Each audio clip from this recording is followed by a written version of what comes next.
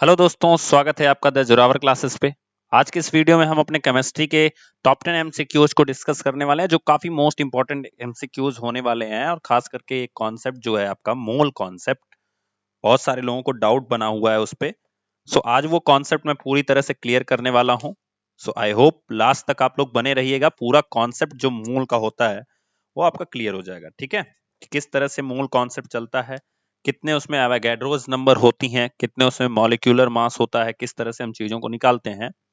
सो पहला क्वेश्चन देखो। पहला क्वेश्चन पढ़ने के पहले मैं आपको पहले मोल कॉन्सेप्ट ही समझाना चाहता हूँ।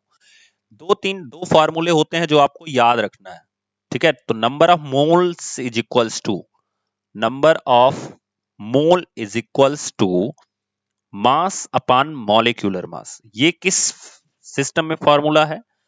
जब कभी आपको मॉलिक्यूल्स दिए हो, मॉलिक्यूलर मास, ध्यान से देखिएगा, मॉलिक्यूलर मास, ये तब आपको फॉर्मूला अप्लाई करना है जब आपका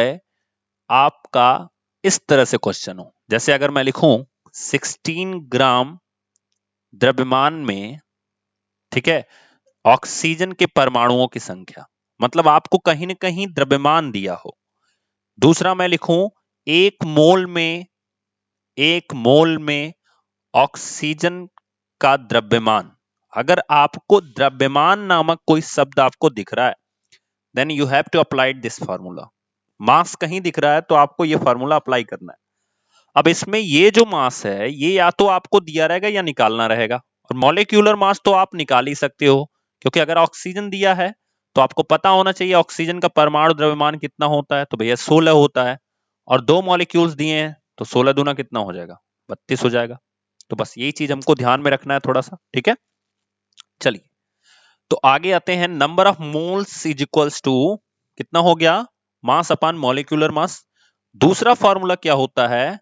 one mole is equals to, ध्यान से देखिएगा, one mole is equals to, one mole is equals to 6 into 023 into 10 to 022 into 10 to the power 23 molecules होते हैं। मॉलिक्यूल्स होते हैं। मॉलिक्यूल्स का मतलब क्या होता है दोस्तों? अगर आपके पास एक हाइड्रोजन का परमाणु है, एक हाइड्रोजन है, तो उसमें कितने पार्टिकल हैं, छोटे छोटे छोटे छोटे, वो कितने हैं वो हम बात की है, ठीक है। तो अगर मान लो आंसर में आपका एक मोल आ गया, तो एक मोल में इतने मॉलिक्यूल होंगे, बस ये समझो। जैसे आप देखे हो, अगर मैं बात करूं, बिस्कुट को ले लो। तो बिस्कुट को अगर तोड़ोगे तो ऐसे छोटे छोटे छोटे छोटे छोटे छोटे छोटे छोटे छोटे छोटे खूब ज्यादा मॉलिक्यूल्स होंगे। तो वही हो गया कि एक बिस्किट में कितने मॉलिक्यूल्स। तो इसी तरह से ये फॉर्मूला बना है, एक मोल में इतने मॉलिक्यूल्स होते हैं। अब आपको कॉन्सेप्ट समझ में आया होगा। तो number of moles is equals to mass के सेंस में mass upon molecular mass. Molecular mass क्या होता है? वो हम दिए गए जो भी हमारा मॉलिक्यूल्स दिया गया होगा उससे हम निकालेंगे। सो स्टार्ट करते हैं आज का session. The chemical symbol of nitrogen gas is, तो नाइट्रोजन का जो गैस का सिंबल होता है केमिकल का, वो क्या होता है? N2 होता है। बहुत आसान सा क्वेश्चन था।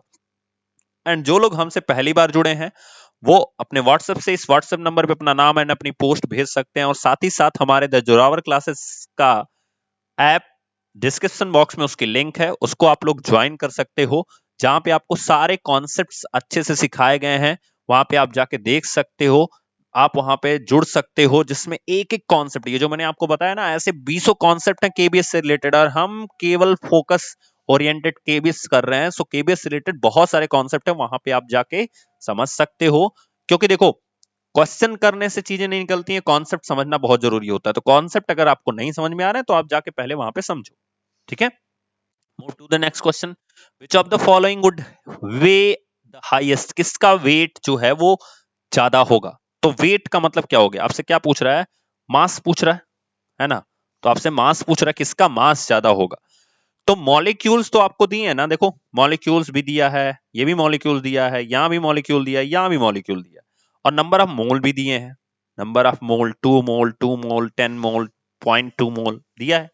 इसका मतलब फार्मूला कौन सा लगेगा? तो फार्मूला हमारे पास जो मैंने अभी आपको शुरू शुरू में बताया, number of moles is equals to mass upon molecular mass, यही तो है।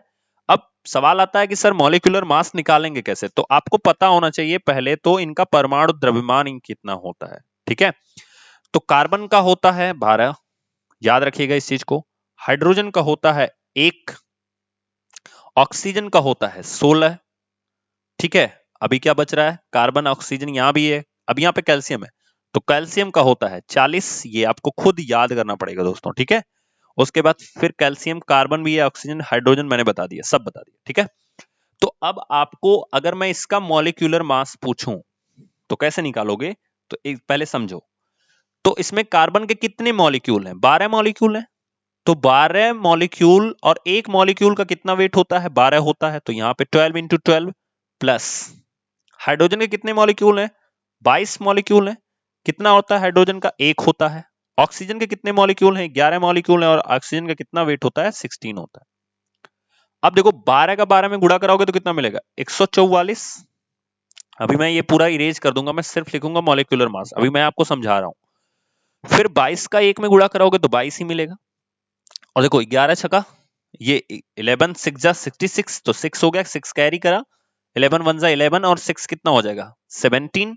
अब इसको ऐड कर दो, तो यहां देखो 6 एंड 4 10, 10 और 2 कितना हो जाएगा, 12, यानी 12, 2 हो गया, 1 कैरी करा, 7 और 2 9, 9 और 4 कितना हो गया, 13, यानी 13, 13 और एक 1 और लग गया, तो इसमें कितना हो गया, 14, 1 कैरी करा, 1 1 2 एंड एक 3, तो 342, ये क्या हो गया, मॉलिक्यूलर मास हो गया। किसका मॉलिक्यूलर मास हो गया, 342 मॉलिक्यूलर मास हो गया।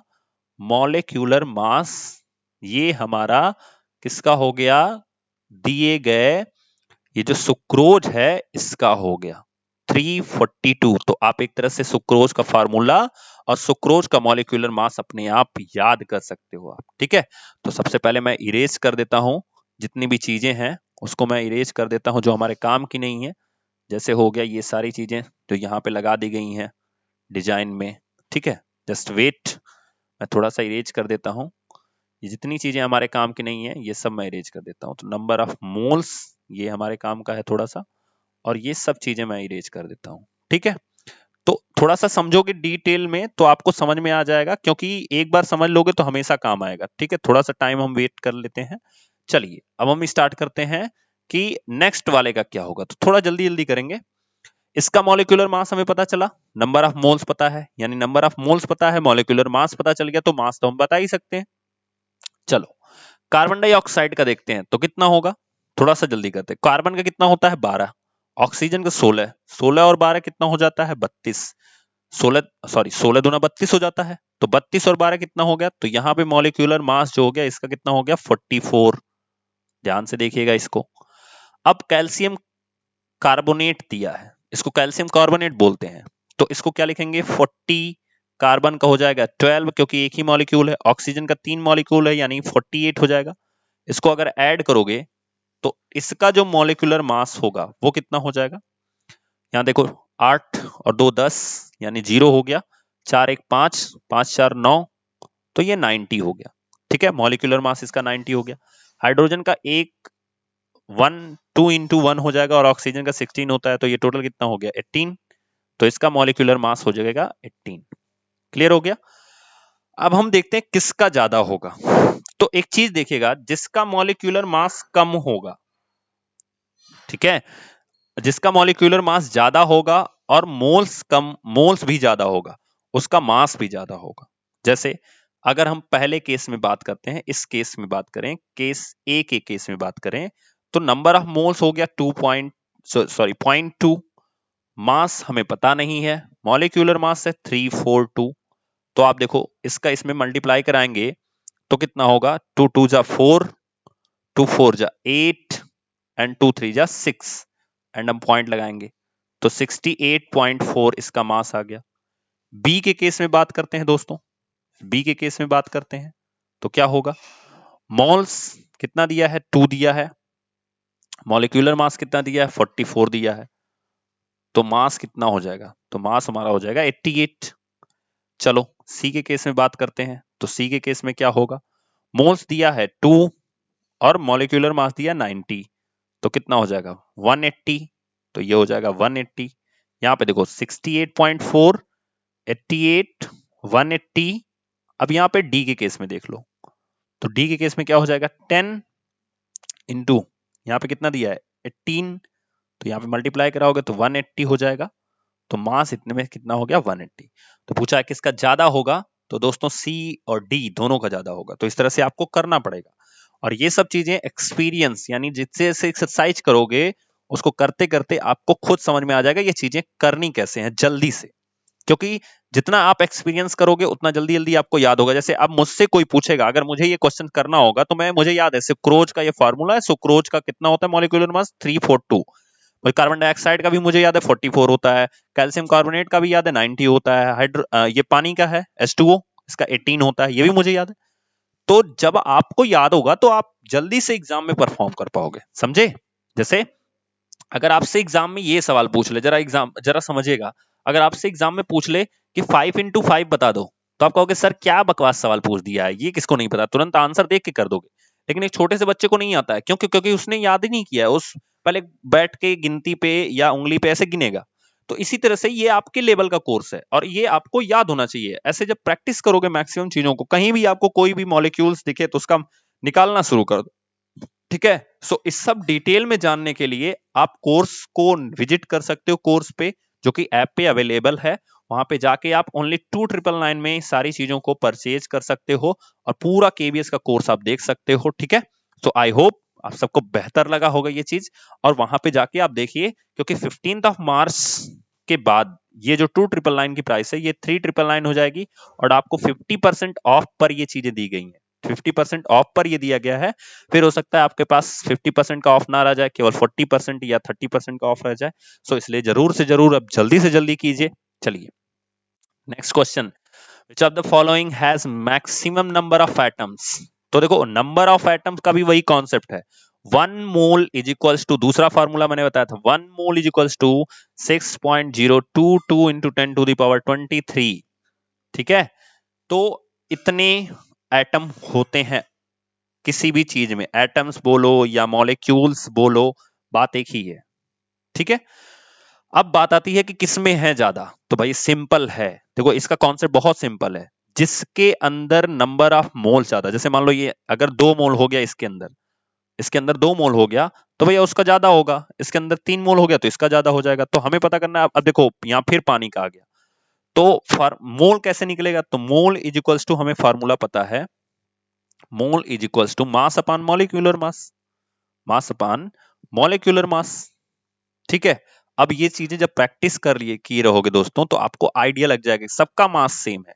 देखो 18 18 18 18, मास से कोई फर्क नहीं पड़ता, जिसका मॉलिक्यूलर मास कम होगा, ध्यान से सुनना मेरी बात, जिसका मॉलिक्यूलर मास कम होगा, जैसे मान लो 18 है और उसमें आप 9 से डिवाइड कर रहे हो तो कितना आंसर आ गया 2, लेकिन 18 है और अगर आप 36 से डिवाइड कर रहे हो तो 1/2, तो ज्यादा कौन सा हो गया, ये वाला। इसका मतलब जिसका मॉलिक्यूलर मास कम होगा, जिसका मॉलिक्यूलर मास कम होगा उसका नंबर ऑफ मोल्स ज्यादा होगा, उसका नंबर ऑफ मोल्स ज्यादा होगा, उसका नंबर ऑफ मोल्स ज्यादा होगा। इसका मतलब मॉलिक्यूलर मास यानी कि mole is proportional to 1 upon molecular mass, mole is proportional to 1 upon molecular mass. तो आपको मॉलिक्यूलर मास याद होना चाहिए, तो इसका कितना होता है 18 होता है, ऑक्सीजन का कितना होता है 32 होता है, सॉरी 32 होता है, ठीक है। कार्बन डाइऑक्साइड का कितना होता है, तो कार्बन का कितना होता है जल्दी से बताओ, 12 होता है, और 32 ये तो 44 होता है। मेथेन का कितना होता है, तो मेथेन का ये 12 हो जाएगा, और 4 और जोड़ दोगे तो 16 हो जाएगा। अब आप बताओ मॉलिक्यूलर मास किसका कम है, तो ये 18 है, ये 32 है, ये 44 है, ये 16 है, तो किसका कम है मेथेन का। इसका मतलब नंबर ऑफ मोल्स किसमें ज्यादा होंगे, मेथेन में। तो सिंपल सा आंसर, आपको लगाने की जरूरत ही नहीं है, ठीक है। और अगर पता करना है तो देखो इस केस में अगर आप पता करोगे डी वाले केस में, तो आपको number moles is equals to mass upon molecular mass, तो देखो जब आप भाग दोगे तो 1 पॉइंट समथिंग आएगा, लेकिन आप 18 में 44 से डिवाइड करोगे तो कभी भी 1 नहीं आएगा, पॉइंट समथिंग आएगा। और 18 में कभी 32 से डिवाइड करोगे तो कभी भी 1 नहीं आएगा, पॉइंट आएगा। और यहाँ पे आएगा 18 में 18 से डिवाइड करोगे तो 1 तो आएगा, बट उसके बाद कुछ नहीं आएगा, यहाँ 1 के बाद भी कुछ आएगा। सो मैंने यही कॉन्सेप्ट आपको बताया, जिसका मॉलिक्यूलर मास कम उसका नंबर ऑफ मोल ज्यादा होगा, और नंबर ऑफ मोल ज्यादा होगा तो एटम उसमें ज्यादा होंगे। क्लियर। चलिए नेक्स्ट क्वेश्चन के लिए मूव करते हैं। विच of the following has maximum number of molecules, तो किसके पास नंबर ऑफ मॉलिक्यूल्स ज्यादा होंगे? तो भैया नंबर ऑफ मॉलिक्यूल्स भी उसी के पास ज्यादा होंगे जिसके नंबर ऑफ मोल्स ज्यादा होंगे। तो मैं आपको फिर से बता देता हूं, कार्बन डाइऑक्साइड का कितना होता है? इसका 12 होता है और ये 16 दूना 32 होता है, तो टोटल कितना हो गया? 44 हो गया। ऐसे ही जब घर पे प्रैक्टिस करोगे ज्यादा बार तो आपको खुद याद हो जाएगा किसका कितना होता है। अब नाइट्रोजन का कितना होता है? तो ये 14 होता है, तो 14 टू जा कितना हो गया? 28 हो गया। हाइड्रोजन का 2 हो जाएगा। मेथेन का अभी हमने निकाला, ये 12 और 4 कितना हो जाएगा? 16 हो जाएगा। देखो मास जो है वो सेम दिया है, तो mole is equals to mass upon molecular mass. Mole is equals to mass upon molecular mass. अब वही बात है कि जिसका मॉलिक्यूलर मास कम उसका वेट ज्यादा, सॉरी उसका नंबर ऑफ मोल्स ज्यादा। तो किसका कम है? यहाँ 44, यहाँ 28 है, यहाँ 2 है और यहाँ 16 है, तो किसका कम है? हाइड्रोजन का कम है। तो अगर हाइड्रोजन का कम है, मॉलिक्यूलर मास कम है, तो इसमें नंबर ऑफ मोल्स ज्यादा होंगे। नंबर ऑफ मोल्स अगर ज्यादा होंगे तो उसके मॉलिक्यूल्स भी क्या होंगे? ज्यादा होंगे। मॉलिक्यूल्स भी ज्यादा होंगे। सो ऑप्शन हमारा कौन सा सही हो जाएगा? सी।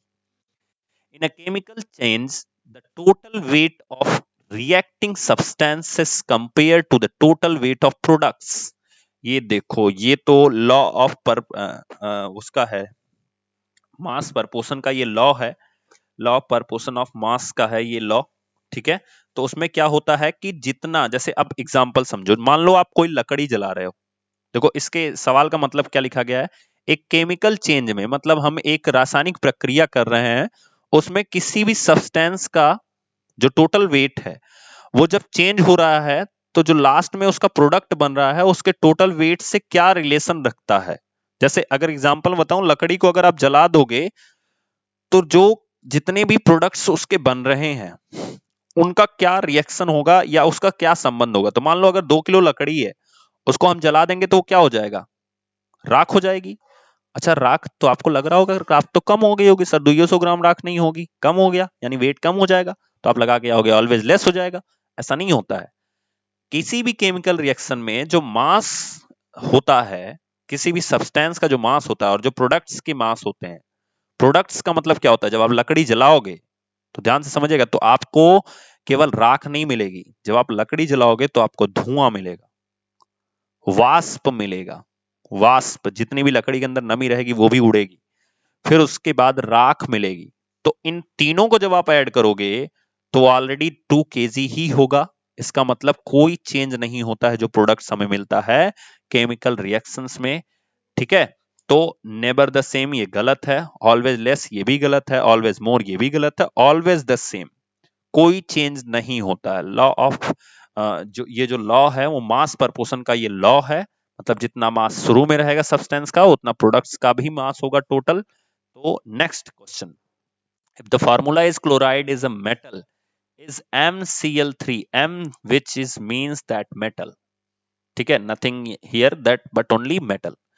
तो MCl3 अगर किसी चीज का फॉर्मूला है तो उसके फॉस्फेट का फॉर्मूला क्या होता है? तो फॉस्फेट का पहले तो आप जान लो, फॉस्फेट पे ये -3 होता है, ठीक है। चलिए, तो मेटल एंड क्लोराइड मिले हैं। क्लोराइड की यहाँ पे 3 लिखा गया है, तो ये कैसे जनरेट होता है? इसका मतलब इसका +3 रहा होगा और इसका -1 रहा होगा, तभी ये 3 यहां जाता है। और ये रूल भी मैंने आपको, जब आप डिस्क्रिप्शन बॉक्स में ऐप डाउनलोड करोगे वहां पे बहुत डिटेल में मैंने आपको समझाया, ठीक है। तो तो यहाँ पे 3 रहता है, इसका मतलब 3 मेटल था उसका।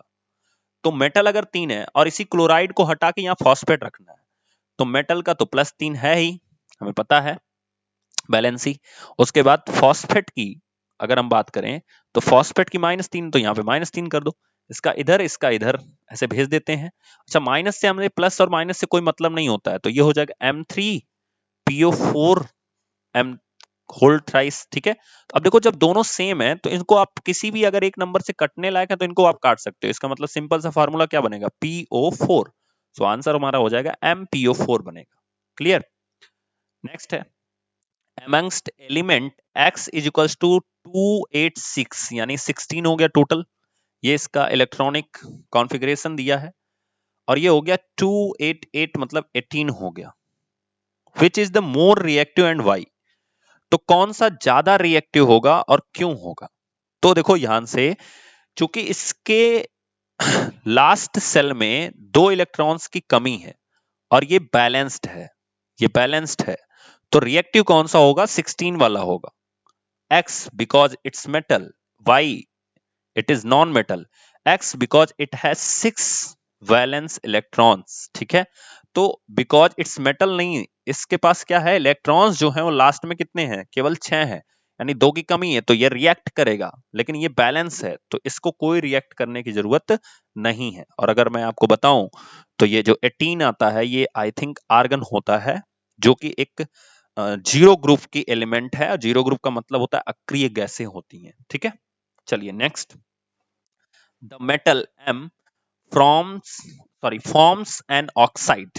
तो जो मेटल M है वो एक ऑक्साइड बनाता है। The formula of its nitride will be. तो नाइट्राइड का क्या फॉर्मूला होगा? तो देखो ये आपको क्या रिप्रेजेंट कर रहा है? M2O3 बना कैसे? तो M इसका क्रॉस ले लेते हैं, इसका 3 होगा, O का 2 होगा। ठीक है, तो इस तरह से बना है। इसका मतलब इस O को, ऑक्सीजन का बैलेंस ही आपको पता था -2, तो इसको हटा दो अब वो को। अब M के जगह M का 3 लिखे ही रहो। नाइट्राइड का फॉर्मूला होता है N⁻⁻3, तो इसका मतलब यहाँ पे -3 हो जाएगा। ठीक है, तो आप क्रिस क्रॉस ऐसे कराओगे तो आपको मिलेगा M3N3, चूंकि सेम है तो ये कट जाएंगे, तो यहाँ पे Mn हो जाएगा। तो सिंपल सा हमारा ऑप्शन कौन सा हो जाएगा? Mn। नेक्स्ट देखते हैं, mass of 1 atom of oxygen is. तो एक एटम अगर ऑक्सीजन का है तो उसका मास कितना होगा? तो सिंपल सी बात है भैया, अगर एक एटम है ऑक्सीजन का, ठीक है, तो ऑक्सीजन के एक एटम का मास कितना होता है? 16 होता है। तो चूंकि इसका मॉलिक्यूलर मास 16 हो जाएगा, ठीक है ना, तो नंबर ऑफ मोल्स हमें पता करने हैं। तो एक एटम है, 1 एटम भी है, तो 1